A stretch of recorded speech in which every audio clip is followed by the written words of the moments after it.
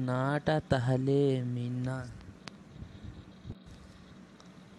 Sir ଆପଣ କଣ ନାଚିଲ ମ?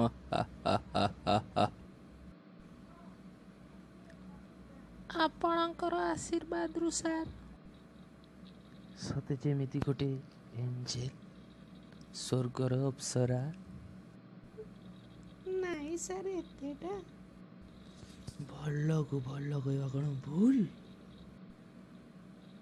ସାର୍ କ'ଣ ଦରକାର ଥିଲା? ଦରକାର ନଥିଲେ କିଏ କ'ଣ କାହା ପାଖକୁ ଆସେ? ଆପଣ ଟିକେ ୱେଟ୍ କରନ୍ତୁ, ମୁଁ ମେକଅପ୍ ଆଉ କଷ୍ଟ୍ୟୁମ୍ଟା ଚେଞ୍ଜ କରିକି ଆସେ। ମେକଅପ୍ ଆଉ କଷ୍ଟ୍ୟୁମ୍ଟା ଚେଞ୍ଜ କରିସାରିଲା ପରେ ତମେ ତ ଆଉ ମୀନା ହୋଇନଥିବ। ମୁଁ ତମକୁ କହିବି କ'ଣ? ମାନେ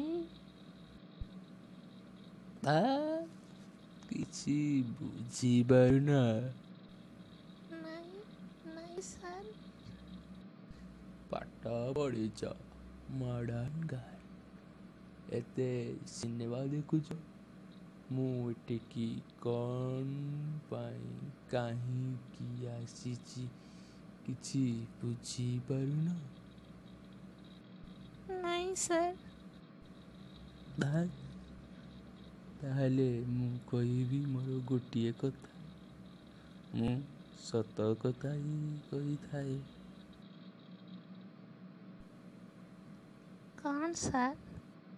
ଆଉ ସେଇ କଥାଟା ହେଲା ଆଇ ଲଭ୍ ୟୁ, ମାନେ ମୁଁ ତମକୁ ଭଲ ପାଏ।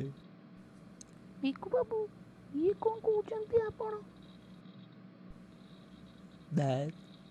ବାବୁ ନୁହେଁ କି ସାର୍ ନୁହେଁ, ଏଟା ମ୍ୟାନେଜର ଚାମ୍ବର।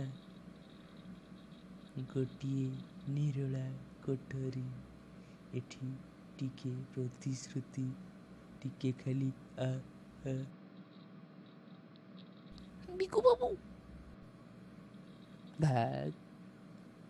ଥରେ ମୀନା, ତୁମେ ମୋ କଥାର ଉତ୍ତର ଦିଅ।